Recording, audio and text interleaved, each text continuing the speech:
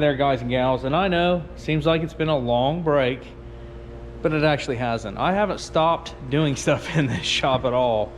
In fact, we just took a break from Freebird. We took a break from Freebird to do a couple other projects. I know I was supposed to have this car done by Halloween, and I burned myself out. Total truth. Burned myself out on this car trying to get it done so quick, which happens. Tonight we're going to do the whole door hinge. This ought to be fun. And the reason why we're replacing the whole thing is because this thing is a 1979, not too much older than me, and it's totally worn out. I mean, the spring, I'm sure, is Dundee. This is all wore out, and she's no longer round. You know, we could put the inserts back in and make it good-ish, but the truth of the matter is, it's Dundee. She just needs replaced. So we're going to start by putting a jack back here and like keeping the weight off of her, taking these bolts out first, and hopefully somehow with magic getting these bolts.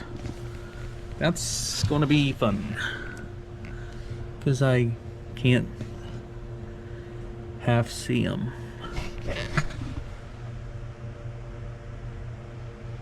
Yep, that's going to be a good one.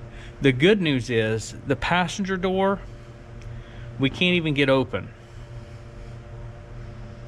Yep, that's the truth. Can't get it open because I didn't space out the bottom of the fender. So now I'm going to have to space out the bottom of the fender because it's catching the door like hardcore. I did not know what I know now. So, yep. I was wondering why there was like some washers underneath the fender. And that's the reason why, because you have to space down in order for the door to go in, and it's all kinds of craziness in there, all that. So anyway, we're going to go ahead and start tackling this guy, and hopefully I'll show you some tricks that even I don't know. Does that sound good? Okay, here we go.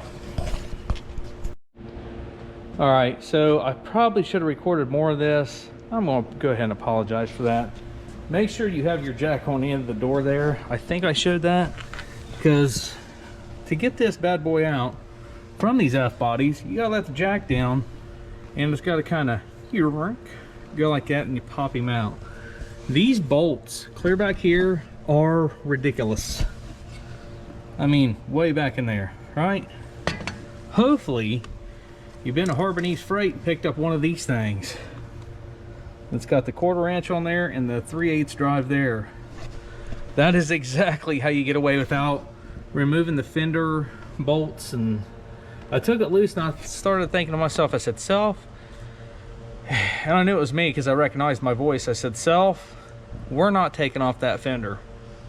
One, we're like electricity. We're going to choose the laziest, easiest route we can because that just feels more gooder to do. And secondly, this little fella right here has saved my behind a couple times. So the reason why we're replacing the whole thing instead of just the pin here, look at there. I don't know if y'all can see that, but that hole is no longer round. It has been worn oval shaped. Now you can't tell it from there, but you can tell it from right there pretty good, right? And they've already been adjusting on it. Like these bolts was loose before, probably when they restored the car. And yeah. So what we're going to do is tighten this sucker down close to where these marks are. Yeah. We're going to tighten it down, and what we're going to line it off of is one, the original body line, and more the rocker and this. I don't think any of this has ever been off, judging by the amount of mud that we cut out of that quarter. We know that's the original rocker. Excuse me. And we're 99.99999999999% sure that's the original fender.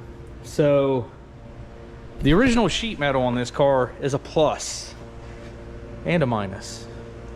But tonight it's a plus, because that's what we're going to align this thing off of.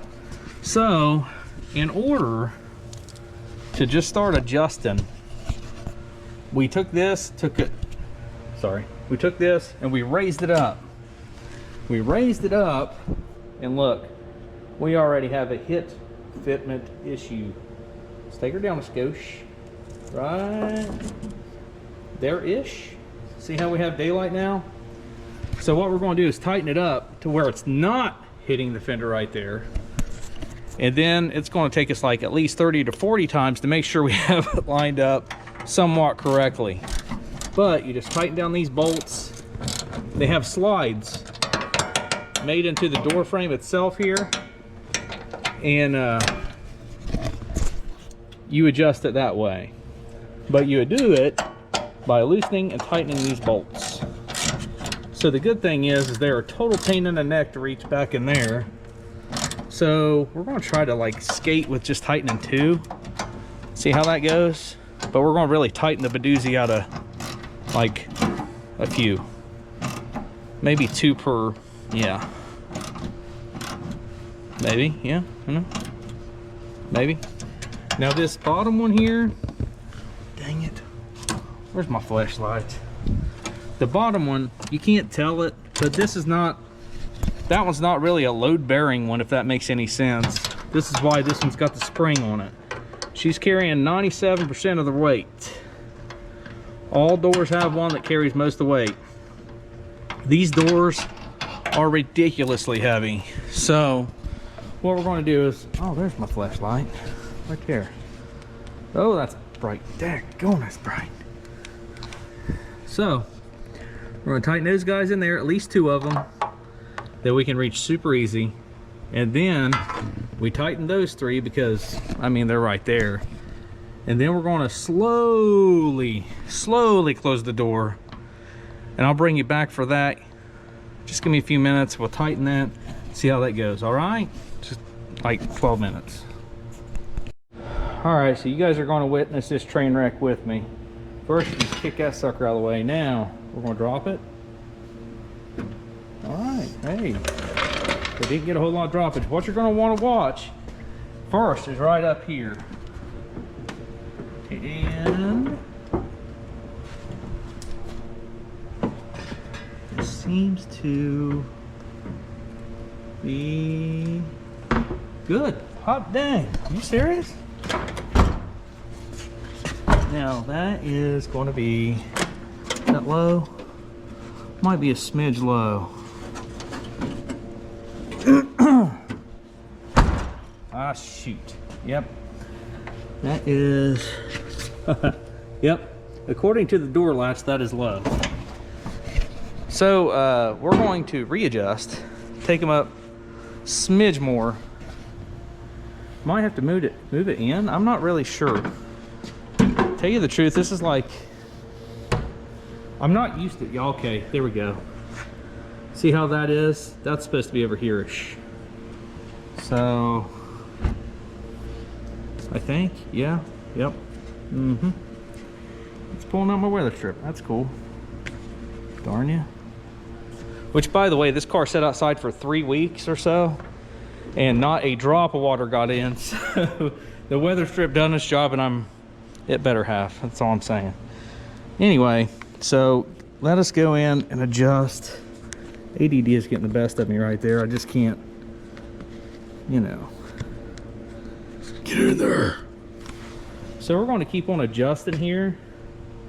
I don't know if we need to rock it this way, that way, what way. So as soon as I figure that out, I'll let y'all know. Give me like a day or 12, okay? I'll let you know. So, we have been working on this thing for like 3.5 hours. That's not a joke. And it wasn't that the door hinges themselves was hard to get. we couldn't figure out why we couldn't get all of this lined up. Like the door wasn't shutting hardly at all. Yes, it's still not correct. However, it was my weather stripping that kept bunching up together. Why? Because this is a Hurst T-top car. I had to buy these T-top seals separate than the door seals because they don't sell one full Hurst kit unless you want to pay like $1,000 for it. I think. I don't even know if that's correct. But nonetheless, we spent a heck of a lot of time adjusting the door. We put on the hinges, which, you know, they wasn't really that bad to adjust. We replaced both. We're going to replace all four because we've already bought them. And I already showed you where they're elongated up top. Now the bottom one, it's just got some rust, and it would probably be just fine if I'm gonna be honest about it. This guy right here takes the blunt. He also broke the spring. So now it's not gonna stay open because I'm not buying another one. Not kidding you. That piece of shiitake was probably the cheapest ones you can get off eBay. So you see those, I don't even know if I have a name brand on them. Probably not. Awesome. Anyway, if you see those the cheapest ones for a pair, stay the heck away from them because they are obviously junk. Whilst I was adjusting the door, I heard it go making some really not so good or metal noise. And about the 5th slam of the door, the spring come out. So that's good. Anyway, so if you have a Hurst T-top car and or it's bunching up right here and the rest of it lines up beautifully, check your weather stripping. Now, this door had been adjusted a lot, especially up top, to compensate for that door pin bushing that was totally gone. The bottom I couldn't tell because it's like in there like ragu. Couldn't see it. I did, however, feed these bolts through, which you probably can't see, but I promise you, if you open this door all the way up, can you see? Yep, there's the bolt.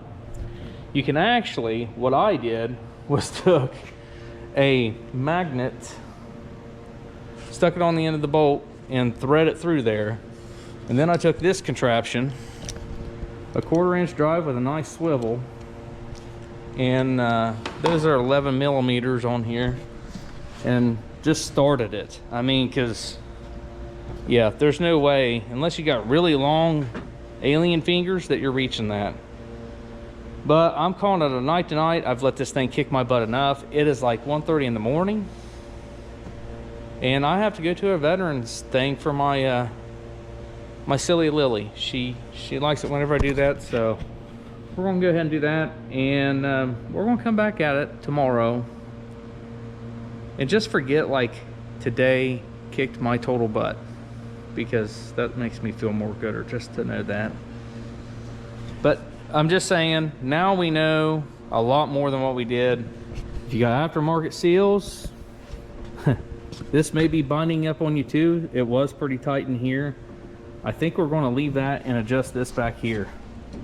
This was absolutely hitting, I mean, hardcore. So we're going to run it up to here and cut off this big old knobby thing, I think. We're going to try it. I mean, I don't know. Anyway, kids, y'all have a good evening, night, morning, whatever you need. And we're going to come back out here tomorrow, readjust this door. That way so you don't have to slam the heck out of it and, you know, do all that. Anyway, we'll see you guys back here tomorrow, all right? You all have a good one. Start date 11/12/25. We finally figured out what's going on with Freebird and the door situation. Sorry, I'm not really a Star Trek type dude, but like, we found our issue, and now that we have our door gap, where we need it and all that good jazz. This was what I thought it kind of was. What I'm getting at, I talked to a very good friend and trusted mechanic of somebody I've known forever, and I always value what he says. His name is Greg Oliver, and he's one of the best. I'm telling you. He and I was discussing about the quality of parts that you're getting anymore, and how the word quality is merely a word anymore. And I told him the weather stripping, I believe, is oversized in hitting. I thought it was due to where this car is a Hurst T-top car. I think I mentioned that. So I cut brand new. I gotta replace that latch too. It's sticking pretty good. Anyway, so I end up cutting the weather strip right here because it is absolutely too thick. It was bulging out this far and clear up here at the top and even more at the bottom. So we replaced the door latches. We adjusted the absolute heck out of them. So now, oh, this guy too, if you notice the rust spot there, this is what I'm guessing. I am merely guessing. I do not know for a fact. However, I am thinking when this car was restored in the 90s that somebody had compensated for that there. Y'all see that? How that's... I'm absolutely positively sure you probably couldn't buy these. Now you can. I am almost 185% sure they compensated for the door pin bushings being trashed. They didn't put a new sleeve in there, none of that crap. They just said, you know what? We'll adjust it that way so the door don't drop so much. And they did. Then they, you know, did a paint job to her, and it looked good for probably, you know, 7-8 years, I'm guessing. I'm just saying, this is frustrating as crap because I end up taking all of the door strip, weather strip off there. Now I got to put it back on, but that's not a big deal because now I found out, one, it's probably hitting along the bottom because they made it too thick. That's okay. That's not a big deal. Maybe not. Maybe now that I found out that my striker was off so far, I mean, look how far this thing was off. This thing was really way over here. How in the world? I guess I never paid attention to like how far the door may have been kicked out. I don't know. That could be a thing. I don't really know. All I know is I am so glad to be getting past this part. Because I'm telling you, that right there will be an adjustment. And if you notice, this door is further out at the bottom and your door strikers, you know, go ahead and crank it in. Just do it a little bit at a time because you might not be able to open your door afterwards. Just saying, that is a thing. But this door striker latch, most of those are junk anyway. Hopefully are very budget friendly part. One is correct and two is gooder-ish. Pretty sure we may got that off the Evil Bay. There's a part number. Pretty sure we got it off the Evil Bay. I don't know. Either way, so that right there, kids, if you think it's weather stripping, just take it off. Mine's sitting there in the seat. I'm gonna put it back on. I can gladly tell you I am done adjusting on this darn thing. Thank God. So we're gonna put weather stripping back on, shut the door, and if it sticks out anywhere,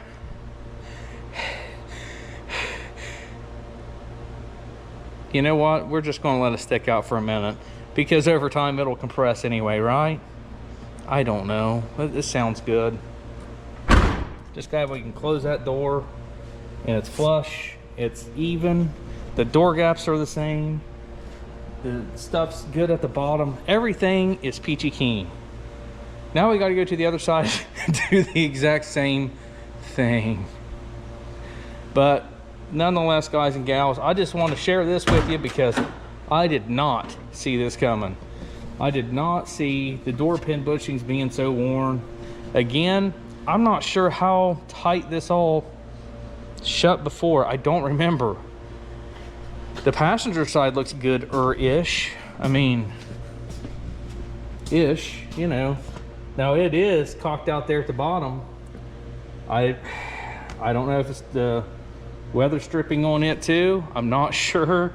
Maybe yep, it's closed, darn it. So we're going to have to fight with that again. And as you can see, it has the same darn gap as that side over there had. Oy vey. All right, well, we're going to do it to that guy. If I don't find anything new and, you know, crazy, hopefully we're moving on to bigger and better things, like putting the door panel back on, which I'm not going to record, and, you know, hopefully tidying up this fella just a little bit so we can start paint. Well, sanding and painting. Sanding and painting. That's what we need to do. That way, so we get this thing out, and we're getting really close to these guys. I really want to start on them. So if I don't find anything great, we're just going to go ahead and start sanding on this fella. Sorry I haven't been able to get much stuff out. Honestly, the stuff I've been doing, some of it's been just kind of, let's hurry up and get it the frig out of here so we can get back to the Trans Am, and not really entertainish. I mean, we ended up buying a set of wheels for the gold truck that we're no longer going to use because, well, unless you're going to run 235 75 15s, and you're not, because you want to run 31 1050s that look more gooder, you might as well just hold on to these fellas. We found out that we got a okay-ish deal. We bought those thinking that the tires were good because 3 of them held air. Got home to fix the one, and the backside was dry rotted out. So that's how that went. Anyway, guys and gals, I'm sorry I did a lot of rambling. Hopefully I explained enough for you. Make sure if you have an old relic like this, something that somebody is absolutely positively adjusted on, I mean, that's a lot. You know what I mean? That's a lot of movement. And for some reason, I don't know if they had extra Bondo. They had Bondo on this washer to like make it look like one. I don't know what that's about. I'm scratching my head about it because I don't get it. Either way, I mean, hopefully we'll get started so we can patch all this, or smooth all this stuff out, make it look more gooder, get her painted, and get her out of here on the ASAPage. Even though we didn't meet our, you know, initial goal, we're not really that worried about it anymore. We're just going to keep on trucking and, you know, do it to it. So I wish y'all luck, wish me luck, and we'll see you guys and gals next time here on Right Turn Garage TV. Y'all have a good one.